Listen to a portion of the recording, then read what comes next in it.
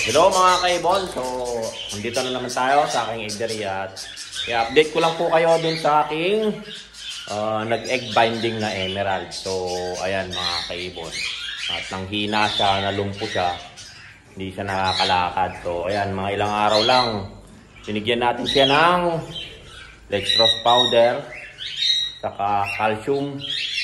Yung calcium natin is yung cattle bone o yung may nabibiling mga nakahalo na mga pangkat yung vitamins na calcium. So ayan mga kaibon, so ito binigyan ko siya ng calcium at naubos niya na yung nabili kong calcium ng yung sinasabi yung ginagawa lang.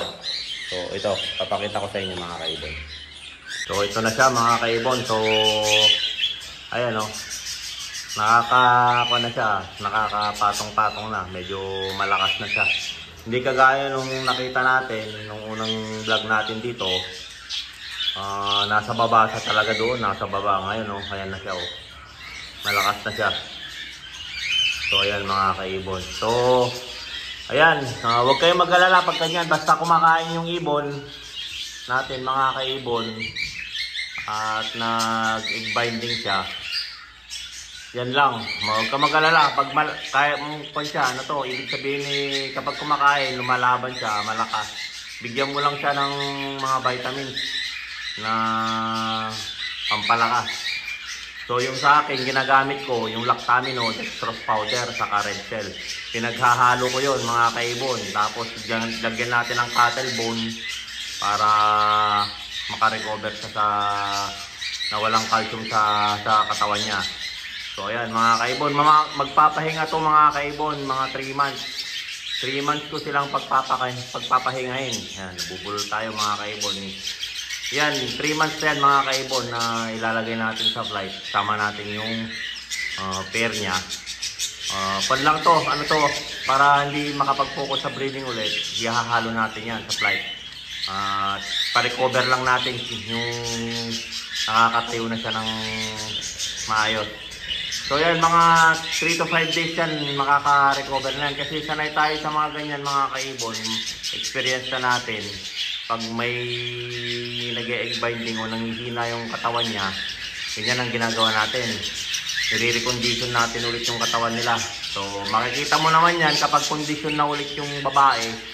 O pinong-pino yung kanya, lumalapat sa katawan niya yung balahibo kagaya ng kako. Ganyan kapino. Dumidikit yung balat yung balahibo niya sa katawan niya. Ayan mga kaibon.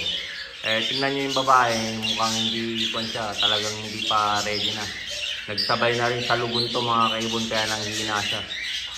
Ganyan kasi minsan kapag malakas yung ibon, nagbe-breed siya, pero bandang kalagitnaan, hindi niya kaya kasi yung katawan niya biglang bumigay. Kulang sa kondisyon. So ayan mga kaibon, ito naman overbreeding siya. Nag-overbreeding siya, naging kulang na rin ng calcium sa katawan niya at mahina yung katawan niyang mag-breed. So ayan mga kaibon, hinang-hina yan, pero na-recover natin. Nakita niyo naman yung unang vlog natin mga kaibon, no? Diba? Ngayon oh, ayan, nakakaapak na siya sa perch niya. Dati nandun lang siya sa baba, dyan no? Sa baba lang, nasa gilid. Pero at least yan lumalaban. Pag lumalaban yung ibon na kumakain, umiinom, automatic yan, makaka-recover yan. Pero pag nanghina na hindi na kumain, ayan mga kaibon. So sorry na lang. Sigurado yan, hindi siya makaka-recover. Pero ito, nakita ko pa lang nung una, talagang pumupunta sa kainan at kumakain. So ayan mga kaibon ha. Tip na naman po yan para sa inyo. Mga kaibon, nakita nyo yung overbreeding tayo na ibon. Naka-recover naman siya. Tuloy-tuloy na yan mga kaibon. Pag nakaapak lang dyan sa perch, tumatayo-tayo na siya. Ayan, sumasabit-sabit na rin siya. Oh. So kapag naka-recover yan, lalagay natin sa flight. Tapos kung na tayo, ano to, condition natin ng 3 months ang pinakamababa kasi talagang nanghihina yan, talagang kailangan niya ng full recover. Kahit malakas na yan, pero kapag nag-breed ulit yan, within below 3 months, mahina pa rin yan mga kaibon, baka bumigay na. So, ayan, experience ko na yan mga kaibon, at hindi ko na inuulit. Every 3 months na yung pataas, yun ang pagpapahinga niya. Isasabay ko din sa mga breeder ko. Kasi yung iba, pinagpahinga ko na rin, no? Tinanggalan ko na sila ng mga nest box. So, ihahalo ko ulit sa flight. So, ayan mga kaibon, no? Tanggal na. Ayan, doble-doble na tayo. So, ayan, kita nyo naman, nakakakuha na sila, oh, nakapag pinagpahinga ko. So, pahinga na yung mga yan. Mga 3 months siguro, magtatanggal ako ng mga nest box. Ayan pa sa taas, oh. So, ayan, oh, mga kaibon, oh. Isang pair ng black-headed, saka heavy-pied follow. Yun, ay mga pinagpapahinga ko na. So, ayan mga kaibon. Unti-unti ko nang aalisin muna, magpapahinga muna siya. Silang lahat.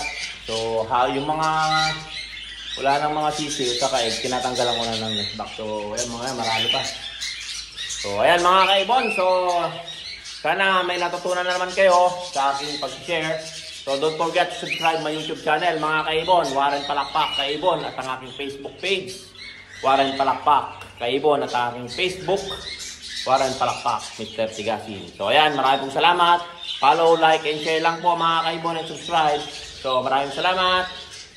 Paalam.